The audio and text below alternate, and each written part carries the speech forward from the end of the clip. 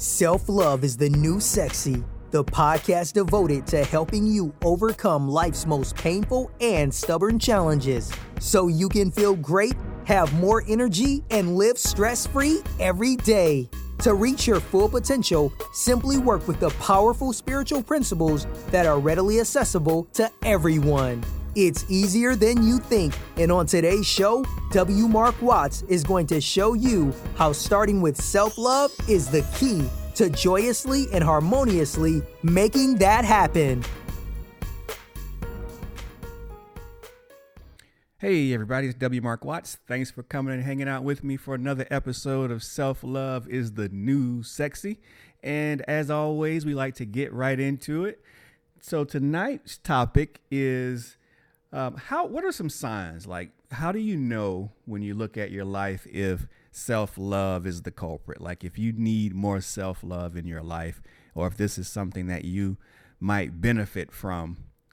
How do you know that? So I'm not sure I discussed that maybe specifically in the previous episode. So tonight's episode, I'm just going to give a handful of just a few of the reasons that I recognize in my life. And once I started doing my studies, I realized that these were some areas that I really needed to improve on or change in my life, and that self-love was the bridge. It was the path for me that helped me overcome some of these things. So we'll get right into it. So the first thing is when you look at your life and if you're consistently unhappy, so if you're struggling, you're just not excited about where you've been, excited about where you are right now, excited about your prospects in the future, and you just have that overall sense of unhappiness, lack of energy, just can't seem to get excited about things. And if there's an overwhelming lack of confidence, then that is a telltale sign that self-love is required. You definitely got to look at yourself, your life, and find ways to correct that.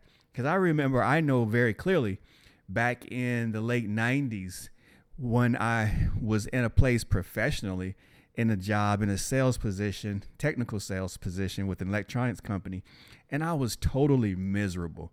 I had been married just a few years, and I was just at a place where I was like, I knew that wasn't what I wanted to do long term with my life, but I didn't know what else I wanted to do, and I knew I wanted to start to plan a family. And, of course, which requires money and all kinds of other things. But I just really was somewhat lost. I really did feel lost. And I was somewhat miserable. And I was just remember thinking to myself, man, what am I going to do? There has to be more to life than what I'm doing. So like, what am I doing wrong? What am I missing? And, believe it or not, that is around the time that I really started. That's the first time I bought a self-help book, and I think it was The Power of Dreaming Big or Dream Big, something like that. And I'm pretty sure I still have that book to this day. But I knew there was something different. I knew I was off a little bit, but I had no idea what was off, and I had no idea how to change it.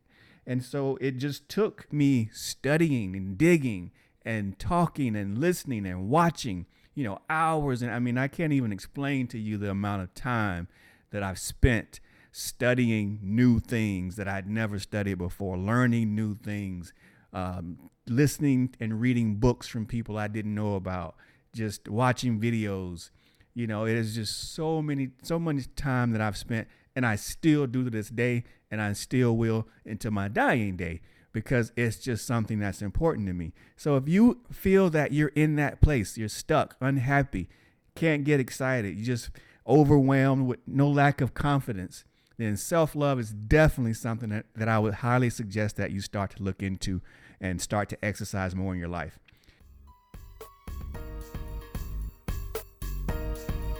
We hope you're enjoying today's show. If so, please take a moment to show your support for the show by leaving us a 5-star rating and review on iTunes. If you have questions for W. Mark Watts, please feel free to contact him over at wmarkwatts.com, on Instagram at WMarkWatts, or on Facebook at Self-Love is the New Sexy. All right, number 2, the second thing that I would say, if you are receiving or you're recognizing recurring patterns in your life.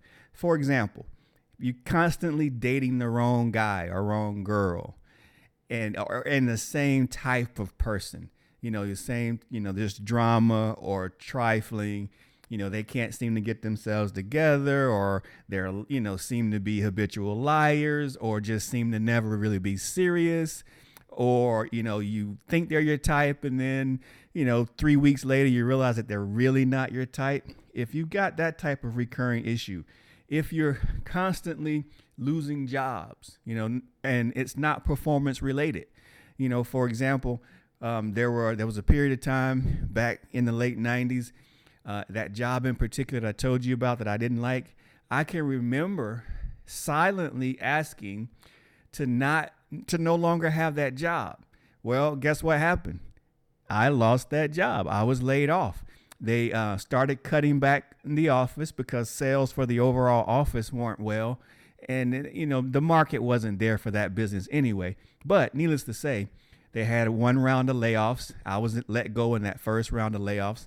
And then ultimately they had another round of layoffs. And I would say within the first year, that next year and a half, the office closed altogether. But that was a sign for me that, I'm just not in the right place. There's something else for me.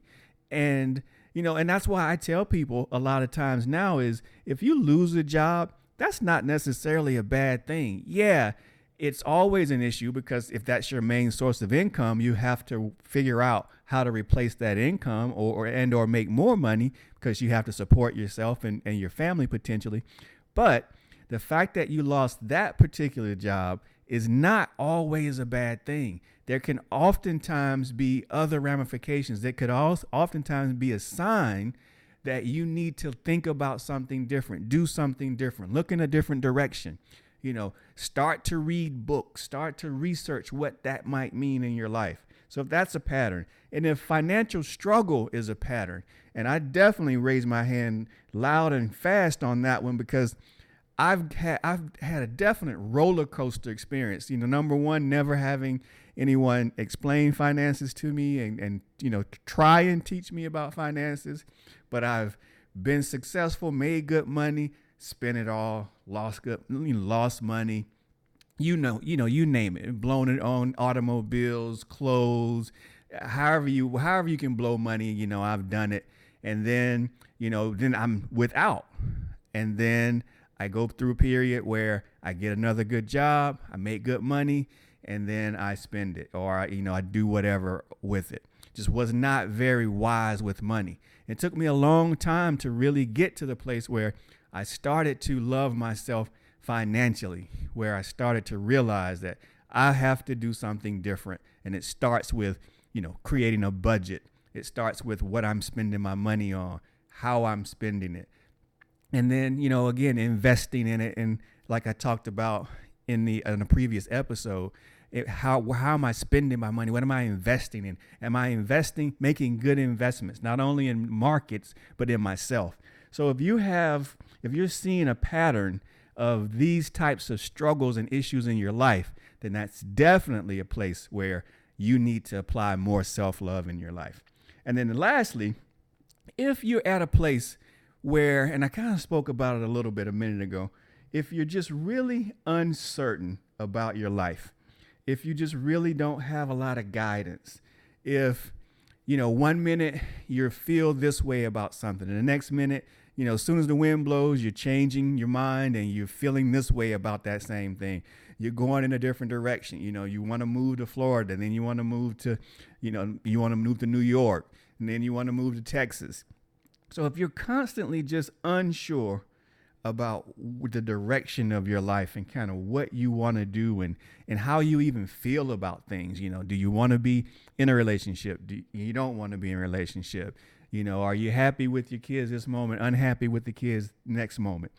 All those things are really signs at the end of the day that you are not loving yourself the way that you should. Because when you are loving yourself and your cup is full, then you are on center. You are balanced. You are in harmony with the beauty and the essence of what life is, which is joy and happiness and peace and love and just being in tune with the universe. That is what self-love brings you. So anytime you're out of sorts, anytime you're consistently upset, anytime you're unsure or you're afraid or you don't know what to do, that's the telltale sign that you've got to really focus and really start to listen to yourself so that you can exercise more self-love in your life. And that brings me to my last little caveat here is it's really getting quiet. In a previous episode, I talked to you about meditation and making that's a part of my life and will be forever from this point going forward. You've got to, so one way that you start to slow yourself down so that you can start to love yourself more and better is you've got to get quiet. You've got to take the time, whether it's 5 minutes, to just listen to your thoughts. Start to pay attention to the thoughts that you're having. Pay attention to the things that you're doing on a daily basis. Pay attention to the people you spend time with. Pay attention to your environment. Where do you like to hang out? Pay attention to the things that are really important to you that are you're spending your time on. And that's the start. And once you are aware, awareness is the beginning. Once you are aware of what you're doing, then you can start to make the conscious efforts to do things differently, to do things that will help you go forward in the way in which you want to go. It just gives you taking that time out gives you the ability to start gaining the clarity that you need and the clarity that you desire, because obviously you don't necessarily have that at the time. So that quiet time when you can listen to that still voice within, that very pleasant, nice voice inside where spirit's talking to you, universe is talking to you, that's where you need to do. And you start there and then you can build from that point going forward. So that's what I have for you guys today. I hope that in some way is helpful. If it is, listen to it more than once. Like I told you, I listen to things 2 and 3 and 4 and more times until things really start to sink in, which is a matter of fact, I've got a book tonight that I'm listening to again for, I think, maybe the 6th time. So until the next episode, continue to take care of yourself, love on yourself as much as you can, and your whole world will start to get better. Take care, everybody. I look forward to talking with you again real soon. Bye now. You've been listening to Self-Love is the New Sexy with W. Mark Watts. If you enjoyed today's show, be sure to tell a friend.